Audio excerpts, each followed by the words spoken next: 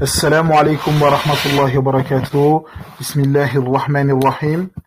Donc j'espère que vous allez bien, qu'Allah vous préserve. Donc on va corriger la carte que j'ai donnée en devoir.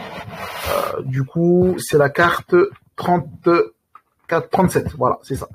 Donc c'est la carte 37 et on va juste faire le premier tableau. Donc il y a 3 tableaux. Donc on va faire juste le premier en correction. Ça me permettra de insister sur certains points et certaines erreurs que les enfants font. Donc on y va. Donc là ça fait bara.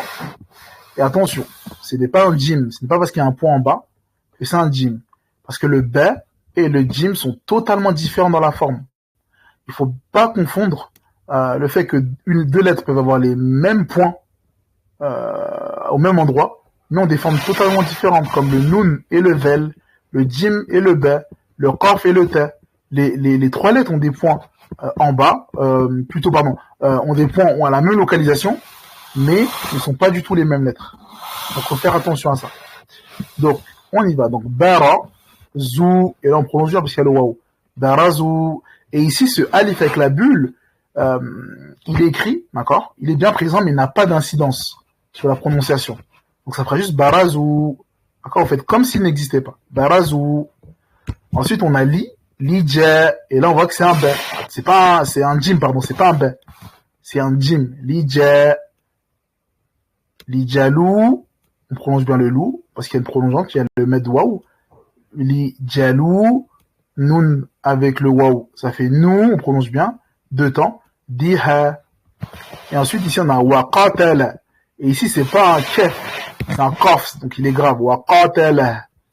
Ensuite, on a un bel plus alif, donc on prolonge da, ou, dou, jalou, jalouta. Ensuite, ici, bon, j'ai pas mis j'ai oublié de mettre les harakat. Donc, il y a une fatha sur le waw, donc ça fait wa. Ensuite, sur le ha, il y a une fatha aussi. Donc ça fait waha. Et sur le ba, ici, il y a une kasra. Wahabi ta. Et attention, c'est pas un vent. Parce que le vent, il a un point, alors que le ta, il n'en a pas. On dit pas te. Ta, il est grave. Donc, wahabi ta. Ensuite, on a ma. Et ici, on en sort. C'est pas ce n'est pas un dod.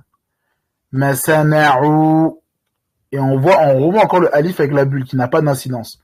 On dit pas dona'u. Non, c'est sod parce qu'il n'y a pas de point. S'il y avait un point, ce serait le dod.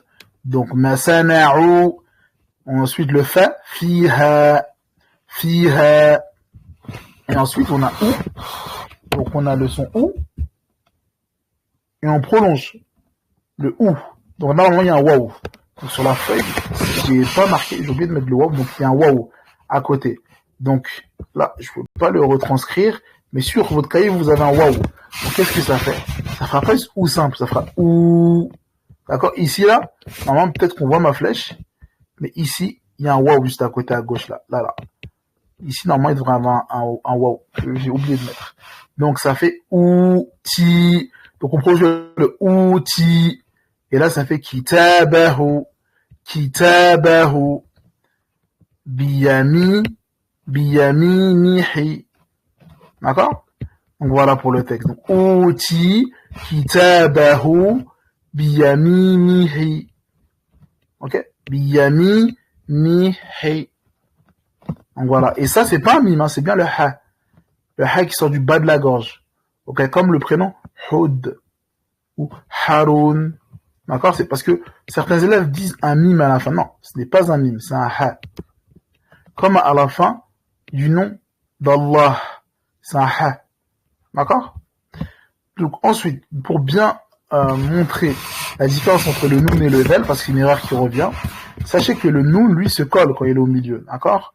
Il se colle sur sa gauche et sa droite. Alors que le vel, non. Regardez. Donc là, regardez, j'ai fait le même mot, sauf que j'ai changé la lettre du milieu. Benata, bevata. Et pourquoi on sait que c'est un vel? Parce qu'il ne se colle pas sur sa gauche, mais il va se coller sur sa droite. D'accord?